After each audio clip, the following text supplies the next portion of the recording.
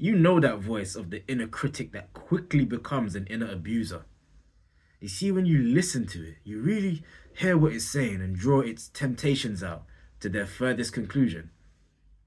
It often sounds something like, hey, why don't you just roll over and die?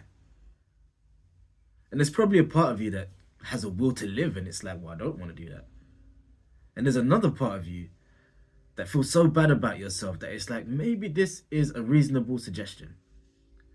You know how we tend to marry that those two conflicting feelings? We start bargaining with the devil. We start saying, well, I don't want to roll over and die. Maybe I could meet the devil halfway. Maybe I'll just do the next best thing. Maybe if I beat myself over the head enough, if I beat myself up enough, if I nerf myself a little bit, if I start sabotaging myself, if I start ruining my health in some way, if I start ruining my reputation, if I start ruining my chances of getting what I actually want, maybe I don't have to roll over and die. Maybe the devil will be a little happier with me. Or maybe you're someone who completely withdraws. Maybe you're someone who doesn't want to face the devil head on. You're also someone who doesn't want to rush to do what it's suggesting you do. So you just take your hands off the wheel and say, I'm going to let fate decide what happens to me. Or maybe you're a bit of a rebel. Maybe you're the one that says, you know what, I'm going to go looking for the devil.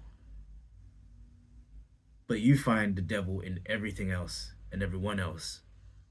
And so the world quickly becomes hell. And it quickly consumes you. In all those instances, there's only one voice that wins. And you see the devil that I'm speaking about. One of its main weapons is something called cognitive distortions.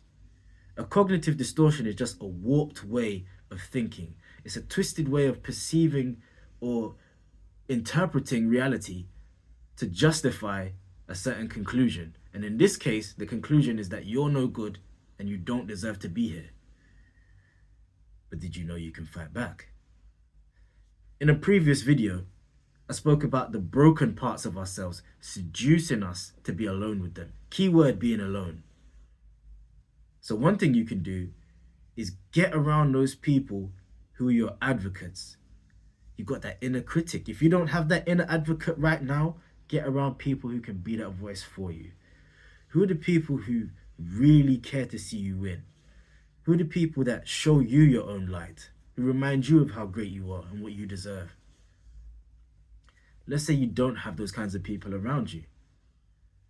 Something else that you can do is write down, what is that critic or that abuser saying to you and how does that make you feel?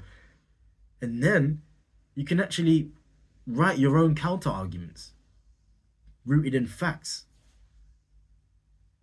But let's say, worst case scenario, there is no counter argument. The devil is right about you. You still have power to construct your counter argument by how you choose to live going forward.